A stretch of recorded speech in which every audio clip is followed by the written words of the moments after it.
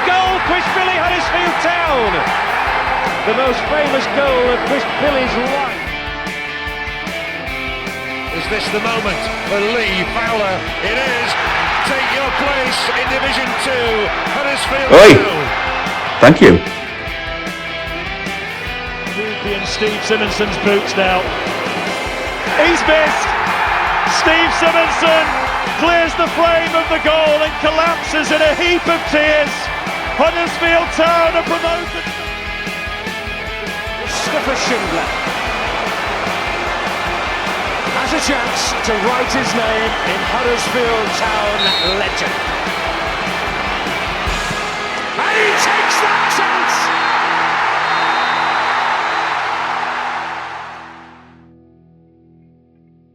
Hello and welcome back to the Andy Takes That Chance podcast. On Saturday, Town travelled to South Wales, but the recent good run was ended. But was the performance more Land of My Fothers than What's New Pussycat? Here to discuss the last week's news in HD1, I'm Matthew Shaw, and with me today to answer the question of whether you can be an actor, work abroad, and still be classed as a proper Town fan, we have Patrick Stewart. No, of course not. It's Richard Kosmala. With Kosi, we have the Ron Weasley to the Jonathan Hogwarts. It's Dan Pozzaporrit. And finally, a warm welcome back to the podcast. It's the biscuit boy from Vendôme. It's Danny Kirrane. You all right, Danny? Yeah, I'm good. Yeah, nice to be back. What's going on in your world these days? Because we've not seen you for a while, have we? You've been slightly quieter online lately. What's been going on? Tell the people. I've got a little baby girl now, who's 7 weeks old.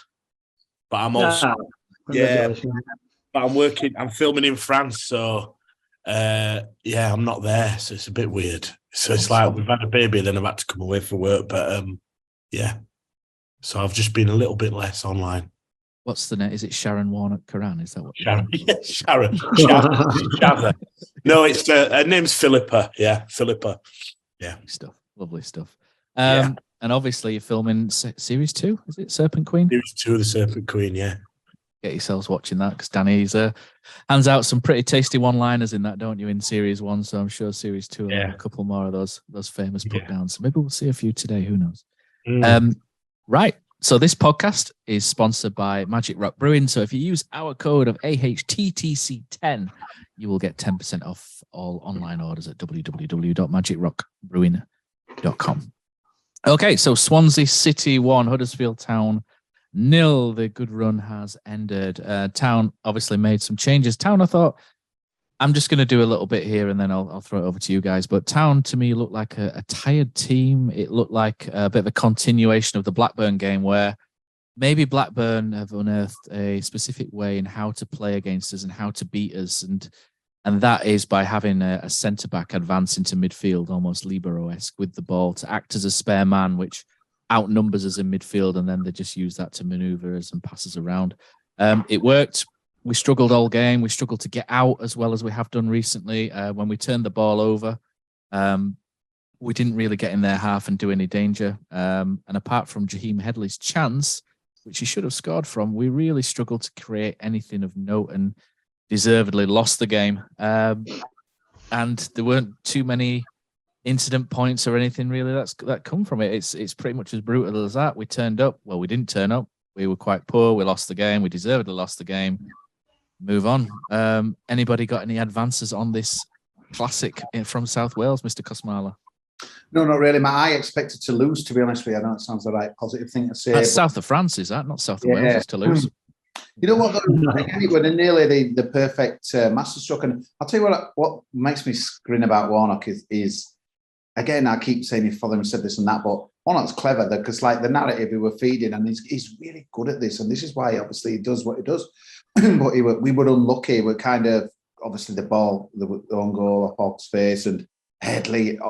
If you want to watch the game and you just listen to them 3 minutes of Warnock, you'd have thought we were in there and we were unlucky. But you know what, Matt? He scores that, and you just don't know, do you? And that's well, it was a golden chance. It just obviously fell to the wrong guy. He just needed a bit of composure, really, but smashed it over. And to be fair, they hit the post. They were much the better side, but I'm more worried coming into it. I did a little video thing with some Swansea fan site. Just the energy levels, really, because I just think there's only so many times, you said it last week, Matt, on the pod, that you can do 20%. I mean, I think we had a whopping 26% possession second half.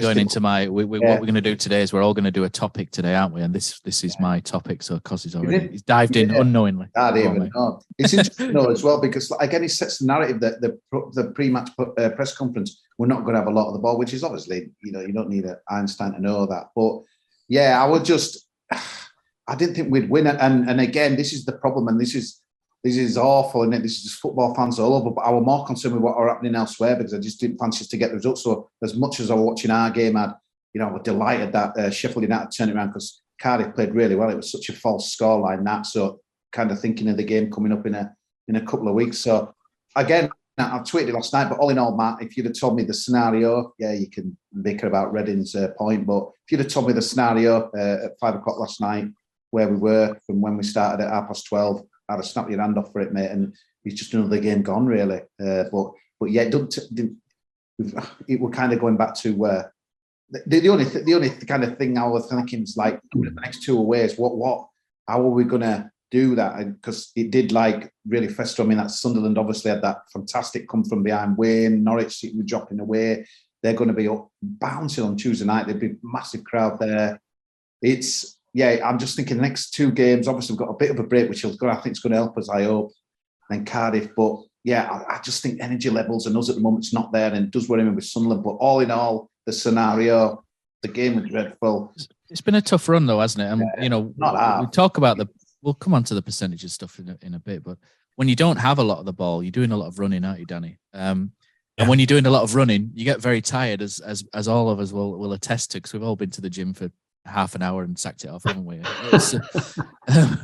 But it's when you're running around and when you do that in Easter, you play on Friday, you play Monday, and then you play Saturday, and then we've got another game Tuesday. That's 4 games in a very, very short distance, isn't it? A very short period of time. And Warnock's tried to shuffle around a bit. He's brought Headley in for Ruffles, but through the middle there, you've still got Hellick, you've still got Leeds, you've still got Pearson, who ended up oddly at left back for a lot of the game. You've still got Jonathan Hogg, Radoni, etc. These guys are running around. Danny Ward, who's been injured. These guys are running around a lot, and they're obviously going to feel the effects, aren't they? Yeah, and we just don't have the biggest squad, do we? If you look at our squad, there's a lot of young lads in there as well. So, to me, I think like in the circumstances, forgetting yesterday, which was tough to watch. If you look at the performances. Not even the performances, but just the points tally in the last few weeks. I think he's pulling up trees, Warnock, with that squad. And I think they've run themselves into the ground. Like you say, Watford away and those games, that we've had in quick succession, they look leggy. They looked leggy after 5 minutes, some of them. I mean, Hogg and Ward and stuff, they look tired. So be interested to see what he does at Sunderland, because I think he might have to rest some of them. I don't know. But then we've got 12 days off then, haven't we? Or something. So be interested to see what we do at Sunderland, but I can't see him doing much else. We can't knock it around like those teams. So I suppose he's got to play like that. And it has worked, just not yesterday. The thing is, Danny, 314 passes. I'm with my stats here.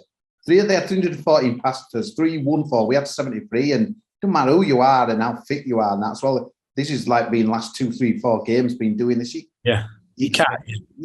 You're going to be like that, are you? You're going to need to transition, and that was my point last week. I know it was fun, wasn't it? In terms of, we've only had a couple of passes here and there, and we're winning all these games. But I said last week, it's not sustainable over the long term. It's only going to work over the short term. Eventually, teams will work out exactly what you're doing, and then you still need to be able to use the ball, and we still can't use the ball through the middle. We haven't been able to all season. It's nothing new. We've not been able to use the ball properly for quite a while. And, you could probably go back to 2018 when we were coming down from the Premier League, 2018-19. We struggled for possession. We struggled to keep the ball. And it seems to have been a bit of a hot potato ever since. But we'll turn this over to the Orge. Poz. I know you've obviously seen a couple of bits and pieces from the game, haven't you? And I don't know what you gleaned from it really. But it's probably not one we can sit and deliberate all day, really, is it, this game? No, I mean, obviously, I was busy yesterday, so I didn't see very much, but I obviously watched the highlights, and as everybody said, and pretty clear that we were very defensive, shall I say? But it's football, and it's one of those things that we've debated on here for a while, and I've always suggested that people don't really care how you play when you're winning. And the game against Swansea were very, very similar to the games against Watford. We were sort of camped on the edge of 18-yard box for long periods of that. Similar against Blackburn, Middlesbrough. And in these games, literally the difference was that we hit them on the break. That's literally the difference. We've had similar possession. You're looking at the stats, and we got outpassed in those sort of games. So everything that everybody were moaning about against Swansea, nobody actually cared about in the other games when we were due to get a result. We were winning or looking to get a point. Now I understand obviously it's not sustainable to play that way forever, and at some point you are going to get games where you lose, and Swansea were a fine example of that. But I don't know if the run of I think it's 6 without a defeat, it raised people's expectations. But that performance against Swansea, if you take it in isolation, it does look bad. But if you compare it with the previous 6 games, it's not that dissimilar. Literally the difference were, against Watford, we got 3 goals on break. Against Middlesbrough, we got 4 goals on break. Against Blackburn, chances, 2 goals on break. Swansea, Hildred puts it over the bar. If that goes in, it's a totally different game. You've gone full Mark Pozzeringham there, haven't you? On another day, kind of. On another day. But you're right though, aren't you? You're right. It just made me laugh reading online people sort of shouting and screaming about a bad performance when really over the last 6 they've not been great performances, but because we've got something from the game, no one's bothered, which rightly so, because I'm not. But you can't then start calling out those sort of tactics, because a team like Swansea, let's be fair, if we try and attack against Swansea, they will pick us apart, and it'd have been 3 or 4-0. Just because they've got that quality, they've got that ingenuity, and the best way to probably set up against Swansea for a lot of teams is to sort of sit deep and try and hit them on the break, and that's what we've been doing successfully for 5 or 6 games. And unfortunately, I think Warnock said it, if he looked out, to quote Mark Fotheringham on another day, that shot from Headley goes in and it done it Johnny Ogg on chest and it goes wide, and all of a sudden we're winning 1-0 and absolutely nobody cares that we've only had 25% possession. People celebrate the fact, because that's what they did against Watford, and these games people weren't bored. We've only had 50 passes but we've won the match, and people wear it as a badge of honour. But then when you don't win, all of a sudden it becomes a problem. So you've got to take the rough with the smooth, and certainly in our situation, and the way that Neil Warnock has always set his teams up to play, it's never going to be fast-flowing, peak Barcelona football, is it? We've got what we've got, and at the moment he's getting a whole lot out of it, as Danny said quite rightly. He's getting more out of the team than anybody else has this season, and anybody else probably would. So I think it's just one of them games that you put to bed and you move on from, and you look to Tuesday, see if you can get something there, and then a bit of a rest with the Sheffield United game being moved, and get some recovery time in the tired legs, and then we've got a massive run in there, haven't we? Well said, Mr. Hodge. Well said. Sorry, Warnock's team's obviously proven most people wrong over the years, but my kind of takeaway was the last thing I think we needed, the game on Tuesday against a full house, pretty much stadium alike, buoyed by a comeback victory, sniffing points of the playoffs when we've got, we've been running on fumes the last few games and stuff. But you know what? This is just a classic Warnock scenario, because again, watch his press conference tomorrow. He's going to play all the game, put all the pressure on Sunderland and stuff as well. Their fans again, they'll obviously, it's the Warnock factor that's getting into people's heads, and you could tell the Swansea commentators, they were doing my head in, to be honest with you. I noticed a few bad work there.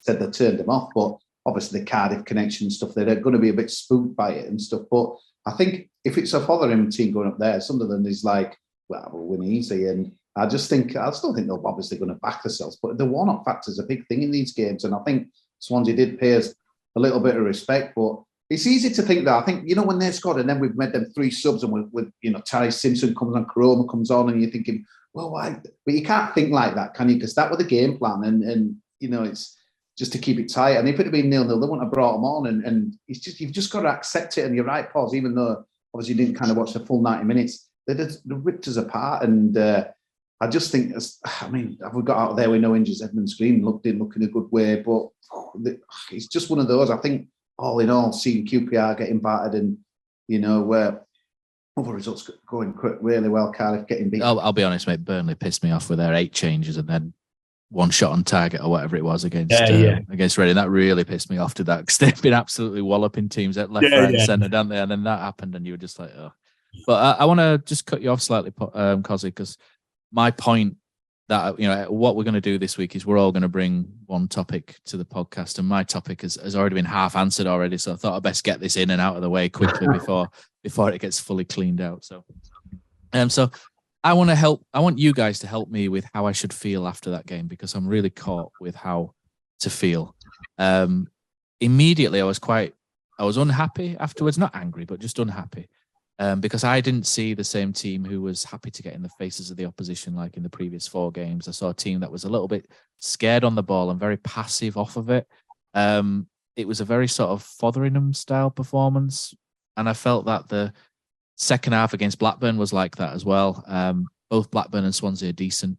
No bones about it. Swansea are in good form as well. So I'm kind of caught between two moods. I'm happy that we've been on a great run over the last 5 games, like Poz has said, and we've got ourselves above the relegation zone for now. But should I be a bit worried as well? Because my default position is always a more stressy one than most, I think. Should I be a bit worried that we've reverted to type, if you like, in the last 2 games, whereby prior to that good run that we went on in the last 4 games, and we were quite passive and quite, really struggled to progress out of our own half. And with a tough game at Sunderland coming up and then a long break till Cardiff, we could realistically find ourselves back in the mire by the time it comes to that game. It's a Sunday game now, isn't it, against Cardiff? Should I be okay? Should I be happy that it's happened, the 5-game unbeaten run? Or should I be worried about what's going forward? I know Poz has already half answered that, but I'll go to you, Danny, first and foremost. How should I feel? I think you should. I'm going to go positive, because I think if you look at 6-7 games ago, I thought we were dead and buried, and we're in it now. We're in the mix. And I also think that he is the type of manager that selects which games he wants to go for. I think would have been, again, like we just said earlier, if that hadn't have bounced off Hogg, we would have got a point, I think. They weren't, they hit the post, but they kept the ball, but they didn't create loads yesterday, Swansea. They just, we didn't do much. And I think that 12-day sort of rest will do the players some good. And I think we'll play Cardiff and we'll beat them. I'm positive about it, and I think he's got the nous Warnock. He knows what he's been around so long. When you watch him and when you watch the teams, you can't deny maybe a little bit yesterday, but I think that's tiredness. But I think they are fighting for us. They're just not particularly great, some of them, as a team. And I think you can only really use the team you've got. If you went and tried to, like Poz would say, if you try and knock it round Swansea, they'll win 4-5-0. So I think I'm positive about it, and I think those last 3 games will get results. And I don't think Tuesday might be hard. We've got to try and stick with them a little bit, I think, personally. Kosi, I'll throw in a caveat as well. So I don't know if you've seen much in Norwich lately. I've seen little bits here and there, and they look pretty crap, to be honest. And they go to Loftus Road on Wednesday. And for me, that is a really pivotal game where we need our hero, David Wagner, to really give us a hand. He absolutely shithoused us last week, didn't he, with Rotherham, and so did Carlos with QPR as well. But I'm looking at that game and thinking, do you know what? That's a winnable game for QPR. And if they win that and we don't at Sunderland, I start to think, oh God, this is starting to get a little bit hairy. What about you? What about you for the? Yeah, mate. I'm going to sit on the fence. I share your concerns 100%, mate, and that as well, because I always think first and foremost, it's about we've kind of earned the right now. It's about our business, whether we step or not. It's up to us. It's in our hands, kind of, to steal the phrase, but it's. I watched the Cardiff game yesterday, and they look good. And the only thing is that these 2 teams, Sunderland have got to beat us, but Swansea did they have to beat us? Not really, but and they can't really. They were like a game. I just thought, as nice as Swansea played, I think Huddersfield fans wouldn't like that style whatsoever. And they'd be on the back, get it forward. They'd absolutely hate Russell Martin's football, mate. But I think Sunderland is. Oh, it's so difficult. I just what's left in attack, Matt. It feels again. You can read stuff wrong, and Warnock's made us look a mud last few weeks, but he seems to have done a lot of psychological damage, mate, that Blackburn game for me. The way we were kind of clinging on the second half and we got the point. And again, can we go to the well again on Tuesday night? It's a massive ask, isn't it? And like, I mean, Danny says the squad's not big. And I think Fothers was mentioned before when he was here. It's kind of, because he's like blooded a lot of young players like Jermaine Headley, for example. It's like almost like we think he's kind of a player to pick, and I know Warnock gave him the go, and obviously Diarra came back in out of nowhere. So, but if we are being honest, these guys are just they've been B team players. Still B team, isn't it? Yeah, not the people in the trenches. But then again, obviously, I had it with an unsung hero what Poz saw down at Watford. But I am concerned, Matt, because I just think that it's just because we don't have the ball, the energy levels. How can you? It was really interesting, Raj Baines' interview with Warnock after yesterday, because he were kind of hinting that Warnock had picked a team, like he'd left players out. Obviously, there were rumours of a flu bug or whatever going through the camp, but he were kind of hinting that he was saving guys for Tuesday. I might have read this wrong, almost like Raj were hinting that was a more winnable game, but to me, I think we missed a trick yesterday. So it was a bit odd comments, and then he really pushed him on how's the next few days going to be. Like that was such a strange question. So we're like, and again, Warnock were putting on there. And again, I don't know if it's psychological, but it's a long bus journey home and we'll get them in. Yeah, I picked up on the bus journey as well. I thought that was a bit of a strange. Yeah. I thought it was strange from town to, because it was almost like a complaint really by Warnock, wasn't it? That we had to get a 6-hour bus drive. Joke, didn't you? Getting a flight and stuff. And I don't know whether that were a dig or whether it was. I thought, I was a bit unsure about that. Yeah. It was a bit strange, but obviously, kind of as usual, I go around the houses with a thing, but. Yeah, I am concerned because I'm just thinking the pressure, it's all right saying the 2 games at home and Sheffield United will be on the beach, but the pressure will be fully on Huddersfield Town, mate. And all I'm thinking, I mean, it's great to have this conversation because we thought we were done 3 weeks ago, but I just don't want another Stockport, Birmingham, Crystal 2001, yeah, mate, and that we're haunted by that, aren't we? We're haunted by that, mate. And it's just the Reading and the injustice of losing the points, and ironically, the 2017 both could have been a Premier League. Obviously, one only could be, and I just don't like the people clinging this Sheffield United to be up and on the beach and stuff like that. No. They've got top quality players, mate, and they surely will be up before. But does that mean that the way we play, we're not going to attack them? They're going to come at us. Every team's going to come at us. That's what worries me. We're not going to take the game unless some miraculous.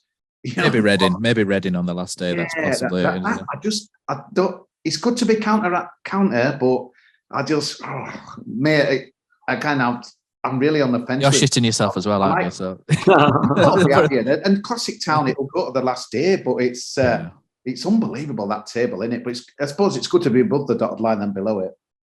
Go on, Poz, round that up.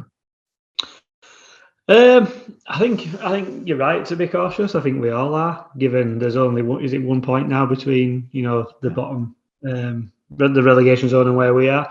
I think you've got to look at the bigger picture, though, Matt. Personally, I think take a look at everybody else and not just Town, which obviously you want to focus on your own club. But I'd have a look at the bigger picture, take a step back, and for me, 2 spaces are already taken.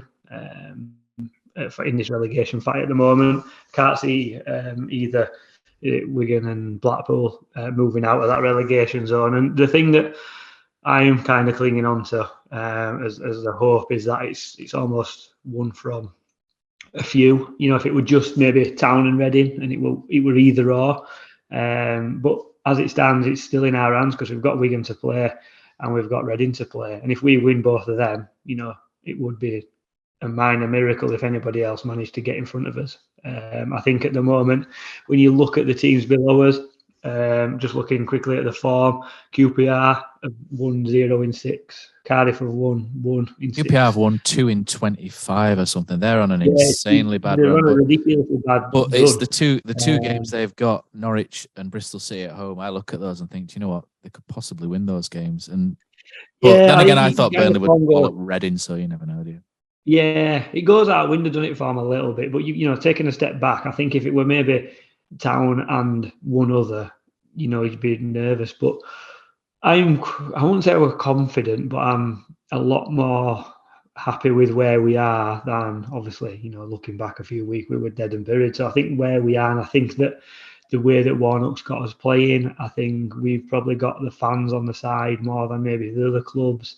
And I think all that kind of creates the storm that we probably will get out of it. Watch now, eat me words, and I can see Kosi's prediction coming true with it on the last day. We end up losing to Reading and everybody else wins and we end up going down or something ridiculous like that because it's just what happens to Town. But I think you're right to be a little bit angry, disappointed in the Swansea performance, but as a whole, not angry. It may be, the old, I'm not mad, I'm just disappointed. Like your mum used to say to you when you've done something wrong. It's probably that sort of feeling. And I think, even Tuesday, if we go to Sunderland and lose that, I think the period of time between the Sunderland game and the next match after that, I think is it 12 days? I think you said, Danny, gives us enough time for Warnock to be able to implement some of the things that he needs to implement to just about see us over the line.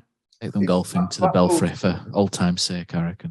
Blackpool can't still be written off. They've got West Brom at home Tuesday, Birmingham away, Millwall at home. Obviously, that could be a tough one, and Norwich away. So, obviously, there's West Brom's away form's tragic as well. So you just don't know. And another thing as well to throw in is obviously we're going to miss the weekend against Sheffield United next Saturday. And that's the thing. That's why we could end up back in the bottom. I think it's just a mental thing, but it's you know what? We wish. Some people say give us a mid-table season, but someone at work yesterday says, "Really?" I said, "Well, yeah, of course." Like it's all this excitement. I'm like, what? Takes years off your life just following Town, though, doesn't it? It does. Oh dear. Anyway, I think what we'll do is we'll have an advert now and come back in a moment. Okay, so we'll turn it to Mr. Ford Posworth. Pozza, you had a point, didn't you, that you wanted to bring up? So I'm going to turn this to you, and you're turning to the host now. Yeah, it follows on quite nice from what we've just been discussing, actually, in regards to what we all think the outcome will be in regards to relegation. A few weeks ago, and here we obviously all discussed that we were dead, buried, and gone. And I think we'd pretty much all given up hope, and pretty much most of the fan base as well. But since then, I think it's from 7th of March onwards, we were around about 90% chance of relegation using I think there's some sort of supercomputer somewhere. But since then, 3 wins and 3 draws, it has kind of changed that scenario massively. Obviously, computers and percentages and all that sort of stuff is not how the game is actually played. But at the moment, we're sat with this was just after Blackburn. We were sat with a 21% chance of going down, which were compared to Cardiff, which was 16, QPR 24, Reading 43, Blackpool 96, and Wigan 98. So my question to you guys is, do you take any of that as any kind of hope that the computer will be right, or is all that a load of nonsense and we've just got to kind of see it out and see what happens in the games? Kosi, go on, I'll go to you first, mate. No, I don't have any of it, Matt Poz, because I remember Matt posting something when just before, I think after the Bristol City game, might have been Norwich, where I think there were more chances of, I don't know, come up with something controversial. You know what I'm trying to say? You're going to say something inappropriate, then, weren't you? Kosi? Yeah. A night with Scarlett Johansson. You're going to go a bit more graphic, weren't you? Yeah. But no, I think the Cardiff game, I'm a bit stupid, but when we were beating Blackburn 2-0, because I'm thinking, do we go to this and this game? I would think it might be done. The done before Cardiff crew have gone a bit. It's ridiculous to say that, but obviously when we were 2-0 up and you were looking and thinking there might be a 4-point gap, and then we might get something at Swansea, but obviously that Cardiff game is going to be unbelievable. Sky are going to be loving it out. I mean, obviously that's why they've moved it. I will be doing some scouting. I'm going to the Rotherham Cardiff game 3 days before and that as well, thanks to work. So, but that's going to be fascinating because we haven't mentioned Rotherham yet. They've been Luton. They've kind of hit that mark. They've hit that 45-point mark, haven't they, Rotherham? Where you're kind of not sure whether to include them or not, because it's quite a decent mark, and they've got a couple of decent games left. Luton must have played well, Matt, because Rotherham to win at Rotherham have been playing some decent footballers as well. So again, we don't talk about them. So. Yeah, Poz, I've never been one for XG and stats and predictability and stuff like that. The only thing that's predictable is Town will just take you to parts of the world you don't want to go to, man. It's quite interesting because the way that it's done. I were reading up on it, and apparently they play the remaining fixtures 20,000 times. I'm guessing that it's some sort of Football Manager type way in which to do it with different weighted possibilities for each result. So it's, for me, it's obviously I quite like stats, and Matt, I'll come to you because I know you do as well. But even though a stat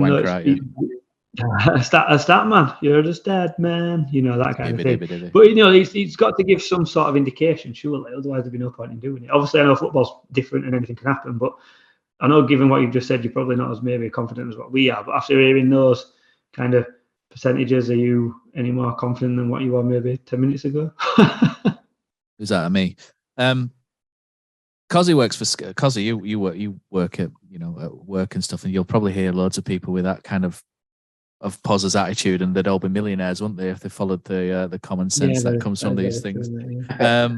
The problem is, I think if you apply that to a random 6 games in the middle of the season, I think it probably makes sense. But if you apply it to the end of the season, there's so many factors and different factors. Like Swansea, I think 20 years ago, I think on the beach was a real thing. When people were kind of heads were on the beach. I don't think that exists anymore. I don't think, only maybe the last, possibly the game or 2 before the end. So Swansea are still trying to win games. The win bonuses are so much these days that I think people still want to win every game possible, don't they? And I don't think on the beach is a thing anymore. But I do think once you can't go for promotion or relegation, I do think percentage-wise teams do slacken slightly. And I think that allowed us to maybe get in against Watford, because Watford were on a bit of a run. But looking at our fixtures, Sunderland are absolutely flying, and I think if I was a supercomputer, I'd be saying Sunderland beat Huddersfield on Tuesday. And then you go to Cardiff, and there's so much on that, because what could happen between now and then for Cardiff completely changes how it'll be viewed on the day, because Cardiff could lose every game and then all of a sudden they're the team that's under pressure and coming out at us, or they could win a couple of games and be theoretically safe, and they could slacken off, and then we could nick something. You don't know how it's going to go. So I don't see how you can predict that far forward more than a game at a time at the minute. And everything goes, and it's the Championship. It's the most unpredictable league. Well, League One's a bit crazy these days, but Championship historically is the most unpredictable league out of all of them, isn't it? So I think you've just got to take this game by game. But I'm looking towards the end of the season, and I'm no computer is calming my nerves, I'll be honest. It's absolutely not. So I'm just looking at Sunderland at the minute and wondering how we can possibly beat them. When I'm looking at, they've got Ahmed Diallo on the right wing, who's absolutely rapid, who could potentially tear Josh Ruffles a complete new one on Tuesday. I'm looking at Ellis Sims though, thank God. No, but they've got Alex Pritchard up front at the minute, and we know how much he wants to put one over us. But they're quite decent at the back. They've got quite a lot of pace. They've got Patrick Roberts, he's quite a decent player. And Jack Clark, the old Chesty on the other side, who's playing really, really well for them as well. So they're really good out wide, Sunderland, and they're quick and they break quickly. It's going to be tough. I think we need 4 points. If we get, I said I wanted a win at either Swansea or Sunderland, and I was actually secretly targeting Swansea as the winnable game, and so to lose against them has kind of knocked me a little bit. But if we win at Sunderland, if we'd have held on against Blackburn, we'd have almost been there, I think. But if I do think we need at least 5 points from now to the end of the season. And if we win on Tuesday against Sunderland, that will calm my skin something chronic, because if we lose, I'm going to be like a complete bag of nerves. I'm going to be just, I'm going to be shaking. Here, mate. Watch out. I'm going to be shaking from now to the end of the season. Honestly, I'm going to have the daily shakes. But I just don't want to go down. I want the Nagel era to be in the Championship, and going down to League One and having to tough that out again to get back out of it is just not really what I want to be doing next year. Get Matt off. He's talking League One. Get him off. Bradford City are in next year, because the supercomputer predicts a 2-1 win to Sunderland with a 14% chance of Town getting a victory there. So. Hopefully it's wrong. Stick your supercomputer up your ass, Poz. Sideways. Danny, are you a similar view, Danny, to Kosi there? I I don't mind stats. I quite like that supercomputer stuff, but obviously, like the lads were saying, it doesn't really take into account the pressure that teams are under now. So, like, the pressure changes everything, doesn't it? And I think, I think you're right, Matt. If we lose at Sunderland, it's going to be squeaky bum time. But I've just got a funny feeling that it won't be squeaky. It'll be on. I'm telling you, it's going to be horrendous. And I think but I've got a funny feeling with Warnock, and I think it's interesting what you said earlier about looking at the other teams. You know, QPR. I don't think they're all. Look, this might come back to bite me, but I don't think they're all of a sudden going to win 2-3 games. Any of them. They've not done it all season. Don't say that. I just don't think they are. What have you just done? No, chill. It'll be fine. It is what it is. But I just think we've got to. I think the players have got to be positive as well. And I think, like you say, sometimes when we set up like we did against Swansea, it is negative in a way. But I mean, I don't really know how else you'd set up with that squad because it's such a mismatch of different styles and different people. Passing teams have had our number for a couple of years. Swansea had our number last year. We were very lucky against them. So especially, do you remember our place last year? They must have had about 90% possession and absolutely murdered us. It were a really boring game, wasn't it? But they absolutely hammered us. And I think Ben Amer had a stormer, didn't he, for them? Oh, he did, yeah.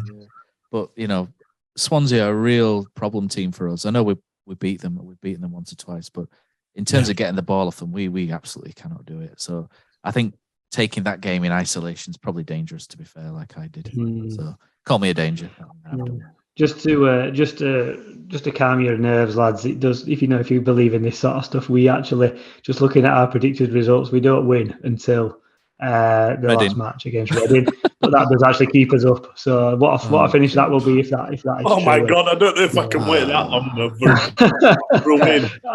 Actually, looking at that has now made me more nervous than what I was. Actually, now you said that, I'm more nervous. Who goes down on the supercomputer in that scenario, though? So the supercomputer has Wigan, Blackpool, and QPR actually going down. QPR. Honestly, if QPR beat Norwich, I'll be all over the place. I will genuinely be all over the place because that's the one that worries me. I tell you what's really going to kick in, and this is what you get with TV now and that as well. And it makes you. You've just seen today with Arsenal that City did the business yesterday. Arsenal play today. We've got so many scenarios coming up with us.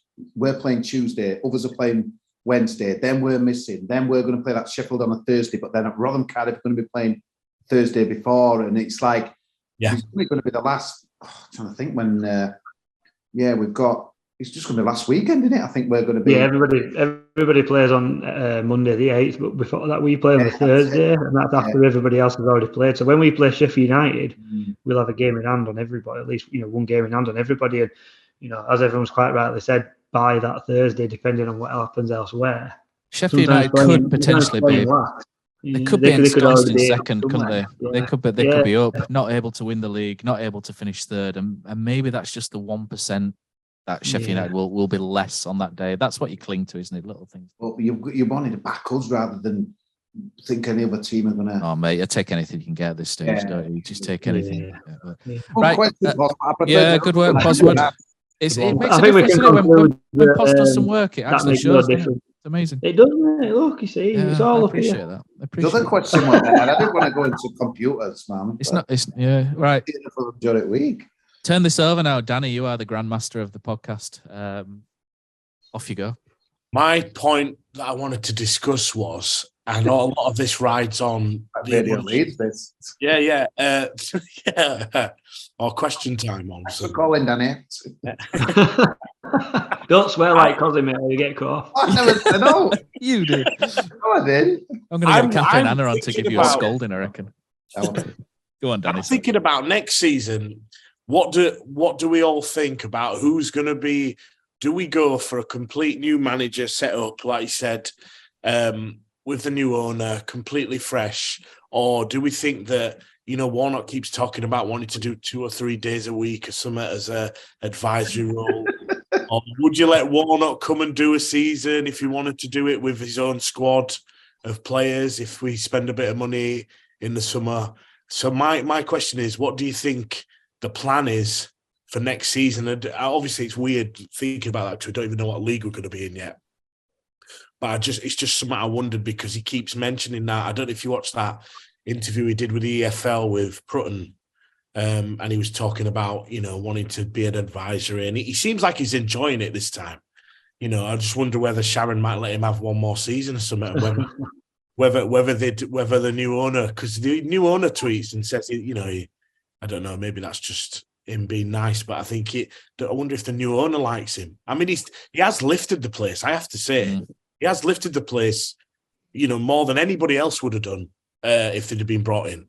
So I'm just wondering what you all think on that. For me, just jumping in, I don't think he's a long-term solution. I've said previously, and that's nothing to do with Neil Warnock's ability as a football manager. I just think I would personally like, and I said this when Danny Schofield came in, and obviously Matt Fotheringham came in. I want to see the next manager of Huddersfield Town come in and be there for a long period of time, and by that I mean 3 to 5 years, kind of at least.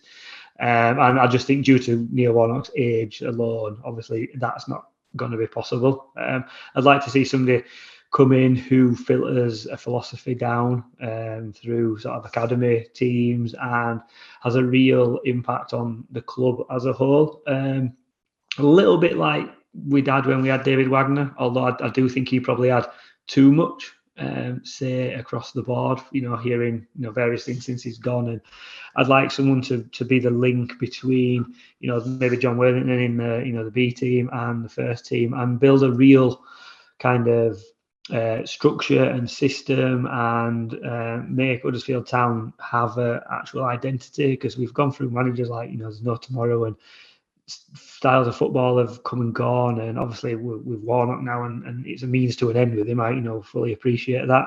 But I'd like to see a totally new, clear the decks almost, and start again. With who, I have absolutely no idea at this point. So don't ask me that, Danny, because I've no idea.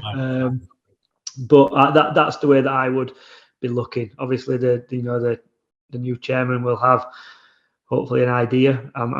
From what I can gather, he's not day-to-day hands-on. He won't be over here, so he's obviously going to trust someone to come in and be that man who can go out and find the manager that we need, and the coaching staff, and and all that sort of stuff. So just sort of to answer the immediate question, would you want Warnock to carry on? No, but it's not because of anything he's done wrong. I just think we need a direction that we can go in for 3 to 5 years as a minimum, really. Yeah. Should I tell you the worry I've got, Danny, on Neil Warnock? And that's, do you remember when Alex Ferguson retired and then they appointed David Moyes, and Alex Ferguson was there, wasn't he, as the advisor for a little bit, wasn't he? And it always felt like a big shadow over the dugout, Alex Ferguson down over the stand. And it always felt like however long he was there, the fans would always undermine the man in the dugout a little bit.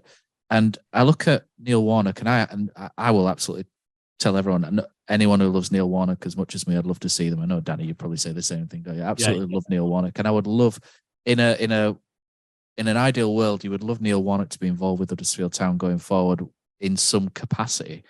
But you have to worry what that capacity has. Does it undermine the next head coach that comes in? Because Neil Warnock, remember, has got May, June, and maybe some of July booked out with this tour. So he's obviously got plans and what have you. That means he's not going to be there pre-season.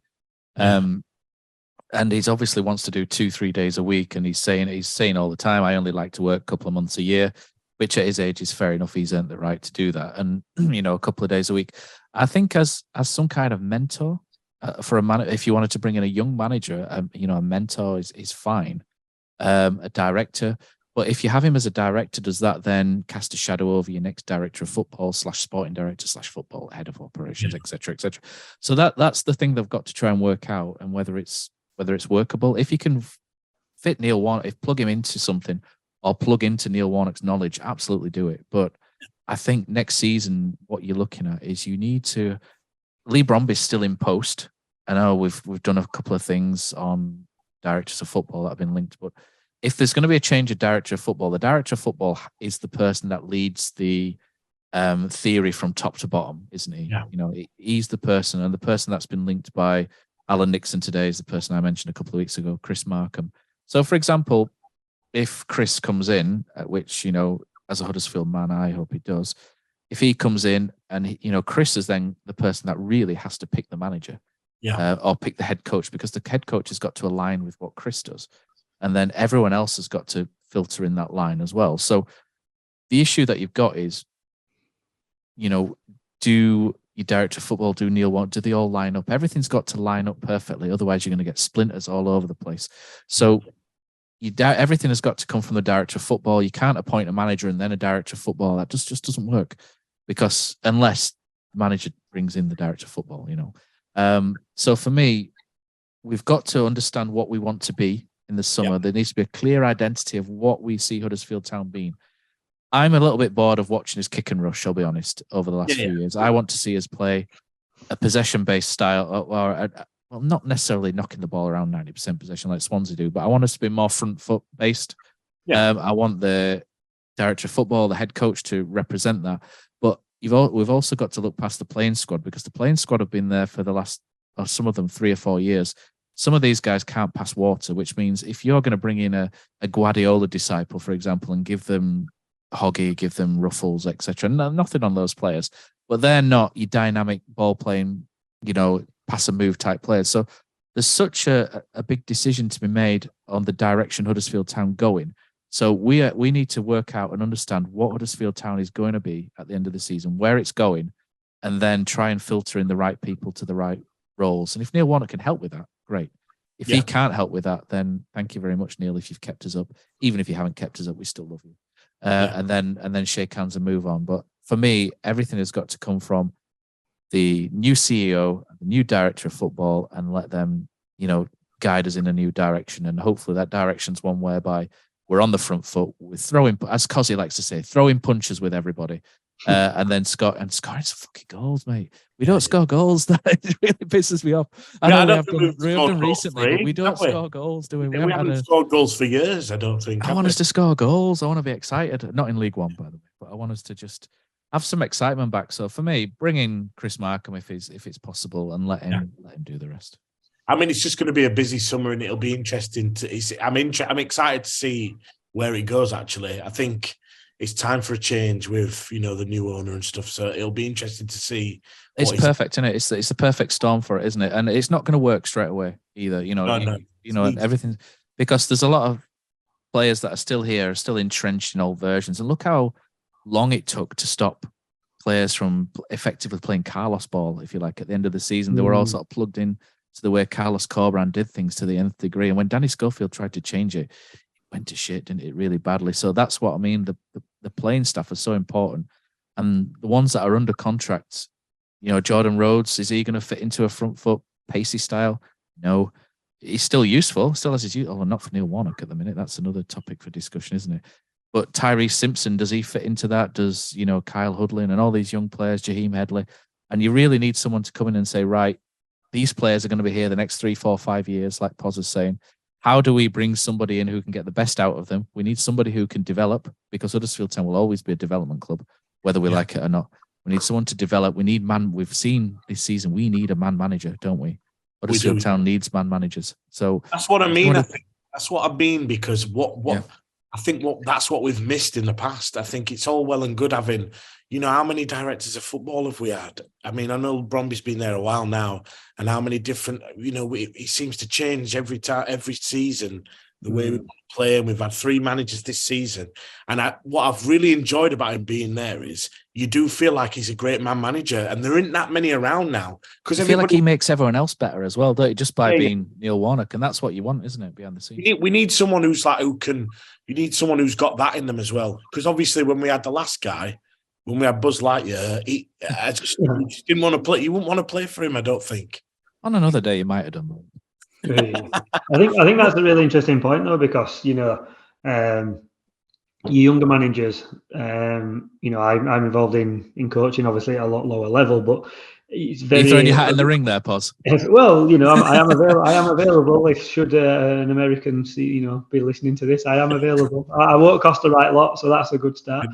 Just a bacon sandwich in the morning, some brown sauce, and you'll be all right. Yeah, that'll be me done. But no, what I was saying is, like, you know, when you go through your coaching modules and everything is very heavily focused on tactics these days, and I do think that the man management side is something that is massively probably overlooked in not just football management, but in management in general. You know, we all work for companies and we all have, you know, managers and Bob, well, maybe not you, Danny, as such, but, you know, people will always go out of the way and do extra for someone who they like and who's a good man manager.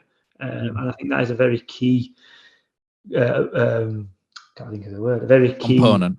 Yeah, that'll do. Yeah, it's a very key component of a football manager. You need to know when to shout at someone. You need to know who to put your arm around. You need to give them a bollocking, and they'll turn around and say, "Well, bollocks to you. You know, I'm going to go out and show you." And that is a very hard. Sober Thomas, cough. Well, when you've got 25, 26, 27 players of all different ages, all different abilities, all different backgrounds, and, you know, different nationalities, that is a really hard thing to find. And to me, that is probably one of the most important things that you need to go out and look for in a manager, because you can have all the tactical knowledge in the world. If you can't get your point across, or you can't get the best out of the players that you've got, you're going to struggle. Yeah. Scaffolding at the back, isn't it? That's where you start. I think. All about the for me, mate, because, you know, you're not telling me that David Wagner didn't have involvement in getting all those German people in, and, you know, there's players and stuff. And look, I just think, you know, it's blown me away, to be honest, what Warnock's done. And part of me, he does annoy me a little bit, where he's only, you know, this guy, just because it's the end of the season, a quick burst, that's why it's happened, that's bollocks. And look what Roy Hodgson's done at Crystal Palace, absolutely sensational what he's done. Much piss taked, but I tell you what, mate, Glasses, Roy. If someone I'd love but there's no chance I think he'd come north. I think his stock's so high. What they're playing so much great football, scoring goals, winning, and things like that. But to me, it's about the recruitment. It's made me think differently, because, you know, does it really matter? You know, as long as it didn't work for Blackpool, for Mick McCarthy, there's an example when it didn't go right. But, you know, your age, I don't think we should be ruling anyone out on it. There shouldn't be obsession with the young coach. If Burnley's recruitment had been shit, Vincent Kompany wouldn't have looked the next Guardiola, you know what I mean? So it's like, obviously, I'm not saying he's not done, you know, much on the training ground as well to mould what he's done and stuff as well. But to me, it's all, yeah, it's a difficult one. And naturally, you're thinking American. I mean, Adrian Heath, God, I've totally forgot about him. But Adrian Heath, yeah. Yeah, he's a highly rated coach over there, and you just wonder if it's going to come from that side of the pond or this. But let's just hope whoever comes in. I mean, again, the Michael Duff thing we talked about last week, but to me, it's all about the recruitment. And I know what you're saying, Poz, 3 to 5 years, but, you know, it's like in football now, mate. I've never known 3 to 5 games, isn't it? Yeah, 5 games we out to win, and you're in big trouble. But I agree with you, Matt. I think I'd love to see some good football, mate, as well. And wing some punches, Kosi. That's what we want. Bloody some noses. That's what you say. Swansea, they won, Matt, but it was dull, and it's hard just to pick on one game. I haven't watched a lot of them, to be honest with you, but it was really like a game of chess, really. They were just trying to pull us out of position. And I think that's as much as their opposition, though, isn't it? You need a dance partner, don't you? And we're not going to go at Swansea. If Swansea if Swansea have someone who'll go at them, they'll look good. The commentators talk a load of bollocks, Justy, but the one thing that they did I thought were interesting is, like, he said he kind of felt the fan base were engaged and they got what Russell Martin's trying to do and trying to develop. And I thought it was really interesting that they were playing a team that were poor, like we are. I know we're on a run, but the crowd never got on the back, get it forward and stuff, because they bought in and get the vision of Russell Martin. And I just think Town fans, and we even saw it, last season, mate, with Corberán. And I get that. The football, even in that Luton semi-final, I remember that Gantry and people slaughtering John Russell, having to go X, Y, Z. It's like, so I just don't know if our fan base they'll give someone about 2 to 3 games. It just shows results. I think as long as you're front foot, like I said, that's what I mean by front footed. I think if you're front foot, well, Carlos Corberán, it was passive, wasn't it, a lot of the time? And so I think if you're on the front foot and you look and you're at it, to quote Dean Hoyle, I think Town fans are quite forgiving. Whereas if you're quite passive and you're quite not soft, but just quite, like I say, so passive, true that, mate. I don't really like it. 19, 20, 21, 23% possession. No fans are coming out saying that we're dire and what have you and that as well. But even though the results have not gone quite well, you know, they want to say that, and it just shows, doesn't it, that it's, like I say, if it's what it looks like on the pitch rather than looking at your apps of the game. And I'll tell you, when I was in the academy at Town, when I did some scouting for Town, I remember Stuart Webber coming into coming into the room, and Stuart Webber said something. I might have to paraphrase because it's quite a few years ago now, but I remember Stuart Webber sort of saying he used to come in and then watch Huddersfield Town, and then he never used to get what Huddersfield Town were about. He said you had a lot of fans over there baying for, sort of high octane football, if you like, and then the product on the pitch was tepid. And he said he never understood that. So he said you've got to tap into, you've got to get the fans on side, and you've got to introduce a style which the fans will buy into, because if the fans buy into it and get behind you, then that lifts you, an extra 2, 3, 4, 5%. So he went out and he said, look, Huddersfield Town fans will love this style. That's why David Wagner came in, that's partly why. And he was like, all about the gegenpressing, if you like. And he just looked at that and he thought, you know what, the sort of, I'm trying to think of the word, Poz, help me out. But the essence of what that was, the working class values, if you like, of gegenpressing, hard work, honesty, that sort of stuff. He just thought, that transfers so well to what Huddersfield fans like and engage with. And so it was it was just a fit, it was such a perfect fit.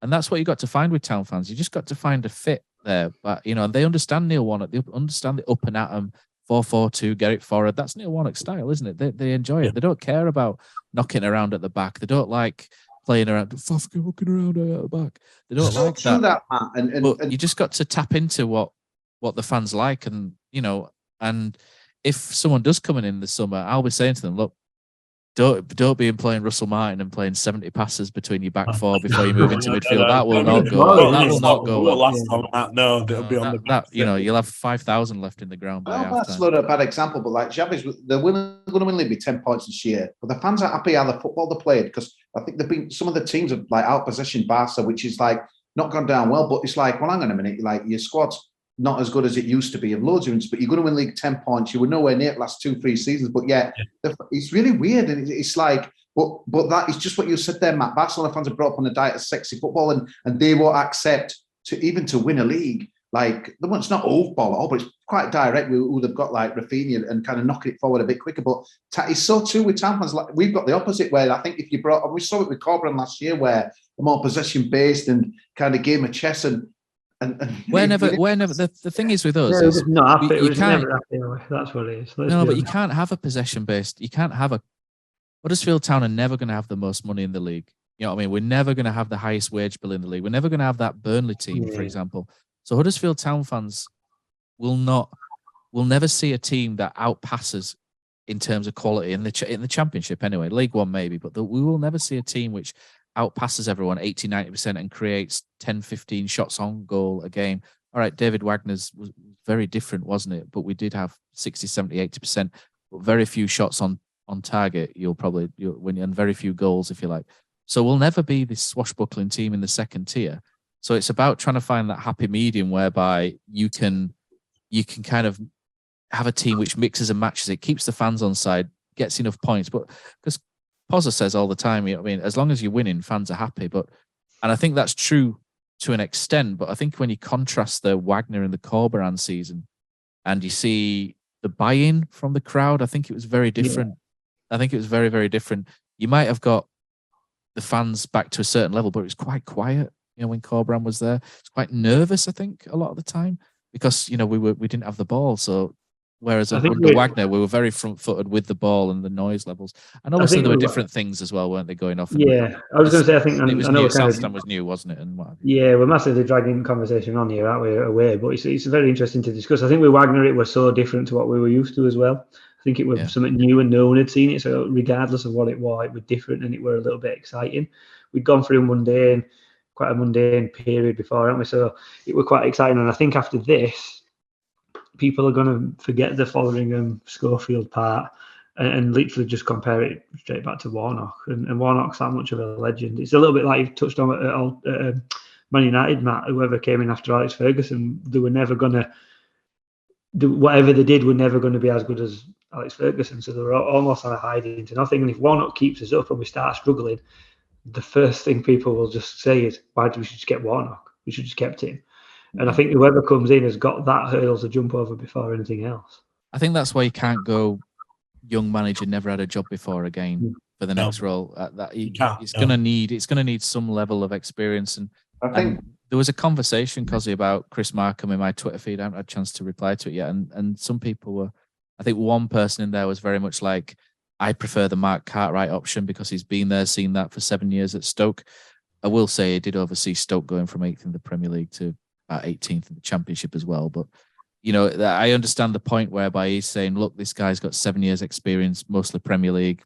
You know, you can tap into that and you can tap into his contacts. And that's a very, really valid argument. Experience is experience. And we've seen this season that can't beat it sometimes. But I do think there's a happy medium somewhere. I think that's what he said, Matt, to be fair, in his interviews. He said, look, if they want to ask me about, you know, I'll be there for them. And that's also, I don't think, you know, I could be totally wrong. I don't think he's pushing for it. I think, you know, he gave his interview the other day. He's honestly, and I don't want him to, because a bit like I didn't want Wagner to come back, because to me, like, he'll be a legend for years to come, no matter what happens at Norwich and or what have you. And Warnock, I just don't want him to. Honestly, it's just incredible if he keeps us up. He was always a legend before, but the status, a lot of these young guys, probably some of our fans never remember the first time those old gits here. Yeah. But it's like, that's my reason for not wanting him to hang around. But to be fair, I've had a few people find into me, you're thinking from other teams who know, like, I'm a tap. Yeah, I think romantically, it's a really nice idea, isn't it? But practically, he won't do it. I don't think he'd do it anyway. But I just think it's a good thing to discuss because, like we said, I think it's so important that they get they do it right. We don't want another season where we make the wrong decision on a manager and then we have to sack him after 20 games and then we make the wrong decision again. It happens too often for Town, that. So I feel like it's so important this summer. And I think it's something we do need someone who can, because we don't have the biggest budget, we do need someone who can make players run through brick walls as well as be good tactically. And I think you won't get that with a young manager necessarily. That's my point. So it's like finding that balance, like you said, Matt, earlier, that we need a bit. And football's so weird. It's like Danny Schofield. I still think one of the reasons why Danny Schofield didn't succeed with us is that the perception was always that he was not the bibs and cones guy, but he was the coach. He wasn't the head coach. He wasn't the man. He was the guy who did some of the training bits and bats, and he wasn't. And I think it's hard to go. I think in the psyche of a player, you see it a lot, don't you? That people don't necessarily step up brilliantly from being a coach to being the head coach. I know Guardiola did it at Barcelona when he went from the B team to the first team, didn't it? But it's very rare. And I think if Warnock stays and we bring in, say, Michael Duff's quite similar in style to a younger Warnock, you could say. If we bring in Michael Duff and keep Neil Warnock in the background, what will the players be like? Will they be like, well, is this coming from Michael Duff or is it coming from Neil Warnock? And you get those blurred lines, and I don't think you can afford that in football. Everything really, as we've seen with what Neil Warnock's done, everything needs to be clear, concise. There can be no blurred lines. There can be no grey areas. You know, everybody's got to be accountable and know who's accountable for what. And for me, the only way you do that really is with a clean break. And I buy into what Kosi says as well. If he keeps us up and goes away at the end of the season, he can go, do you know what? I'm one of the best managers this club's had in the last 50 years. I just think it's just football sums up for the insanity. Rob Edwards started this season at Watford.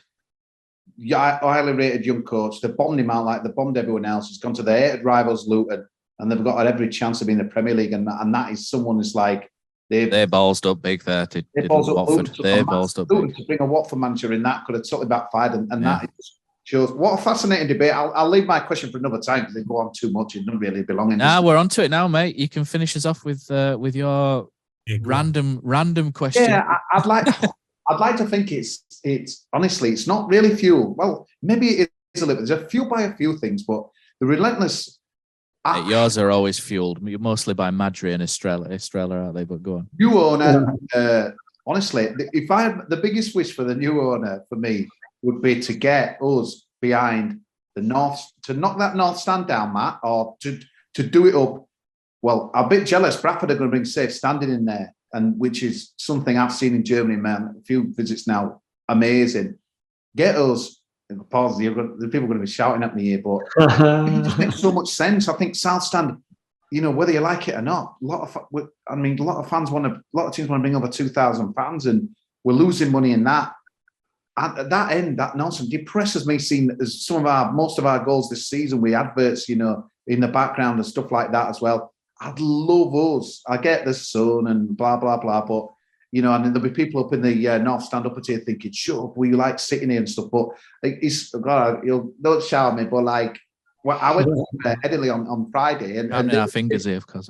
The Rugby South stand, right, which was all standing before. When they've done it up, they've got seats at the top and standing at the bottom, and that. But I'd love to see safe standing in that end at the bottom and that as well. I know it'd cost a lot, but I love it in the South stand and stuff, but the divide and stuff, you could argue the atmosphere with the away fans and that. I'd just love to have that safe standing home end, and it just annoys me that we don't play towards our end second half and stuff. And then, you could, people would say, well, why don't they just kick the other way? But I think it's bigger than that. I just want, if that would be my one wish, really, safe standing, if I could say it right. I'll quickly piss on some chips there for you, Kosi. Don't tell me about cinema and blah, blah, blah. It's never going to move. You can't knock that stand there as well, a bit like... It's impossible to knock that stand down because of the hospitality, the gym, the swimming pool. It's probably not even owned by us. You can't knock that down. That's not happening. But what you've got there is a really ill-fitting stand. Me and Poz were having a laugh, weren't we, on WhatsApp the other day, because we used to go in there, didn't we, with a Cowshed Loyal in 2009-ish, and they didn't let you jump. All on scaffolding. Matt Fotheringham probably put that up. So it's all on scaffolding in that sort of... That, is it Big Red lower? Is it now? I can't remember what it's called. Big red end. The big red end, yeah. So the big red end lower. You don't want the big red end upper. That's the one you don't want. But the big red end lower. That is, it's all scaffolding. It's crap in there. I'll be honest. It's can't jump in there. They won't let you jump or jump around in there. It's pretty much sit down, don't move. Otherwise, it might all fall down. It's not great, and you are open to the elements, the sun, the rain, everything. And sometimes that's not always a problem, is it?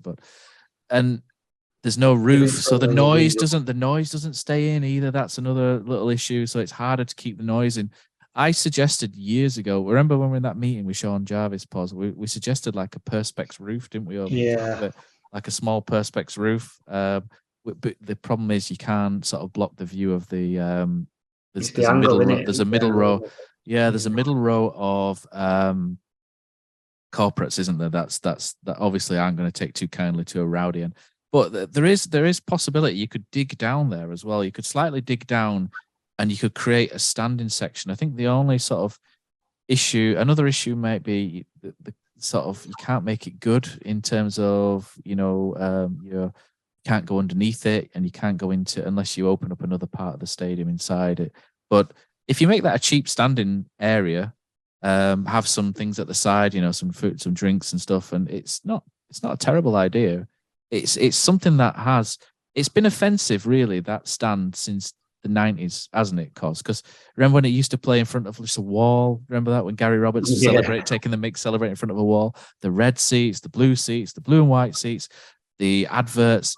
It looked great in the Premier League when it was full, and it looks shit again now. And you took a picture, didn't you, and tweeted it the other day, and went all four sides getting behind Huddersfield, and I took the piss a bit and said, "There's no one in that stand you've taken a picture of," and it does have great that there's a stand behind the goal for Huddersfield Town fans.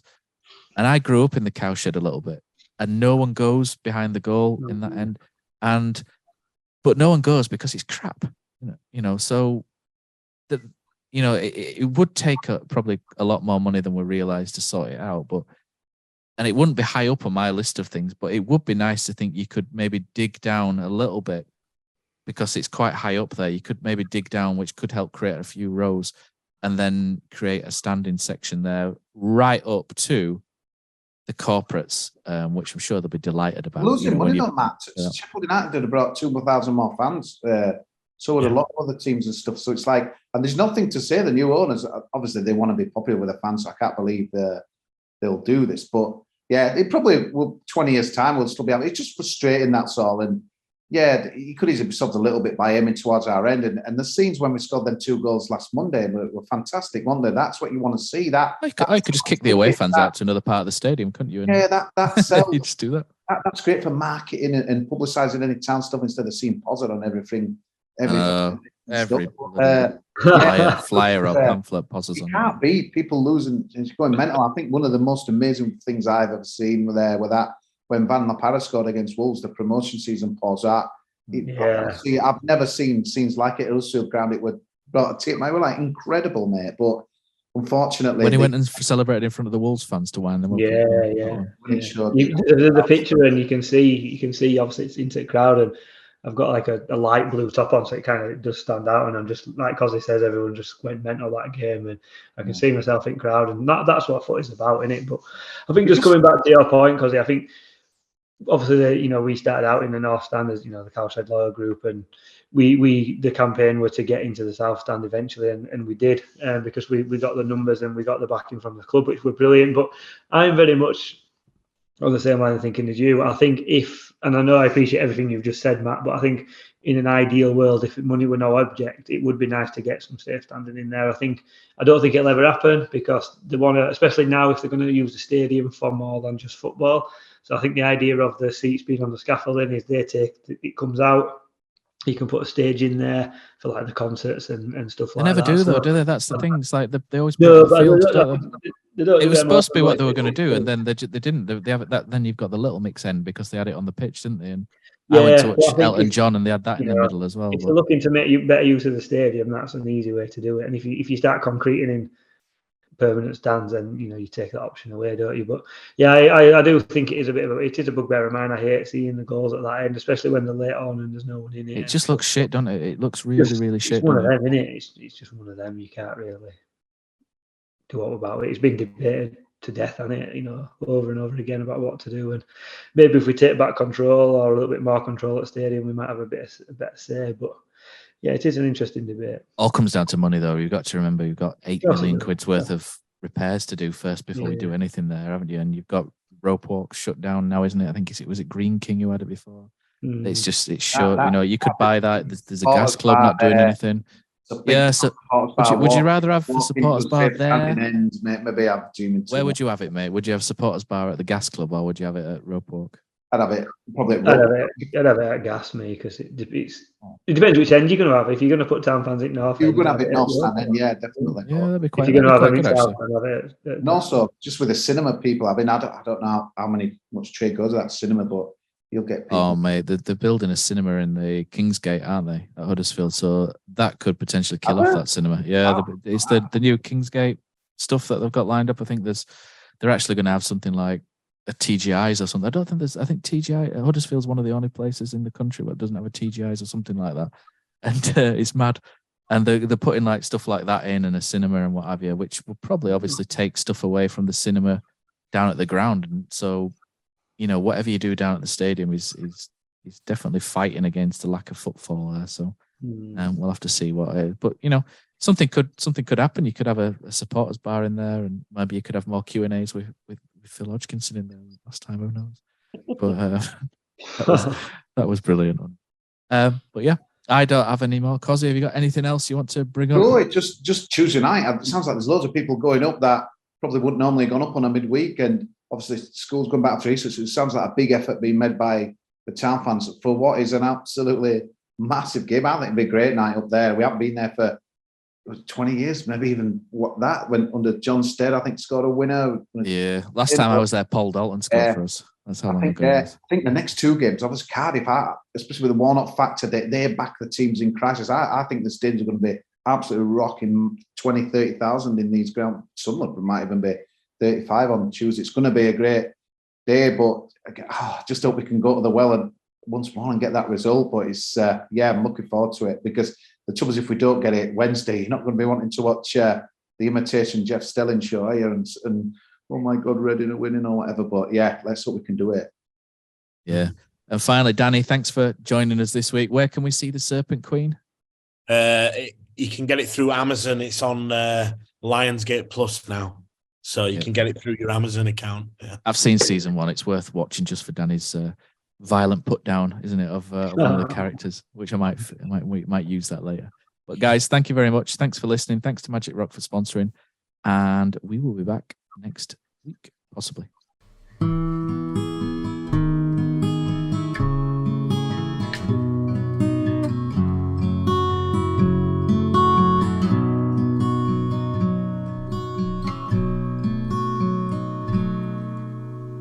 There's a team that is dear to its followers.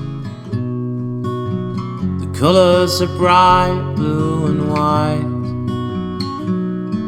They're a team of renown, they're the pride of the town, and the game of football is their delight. And all the while upon the field of play, thousands loudly cheer them on the way. Often you can hear them say, who can beat the town today? And then the bells will ring so merrily, and every goal shall be a memory. So town, play up and bring that cup back to Huddersfield. So town, play up and bring the cup back to Huddersfield.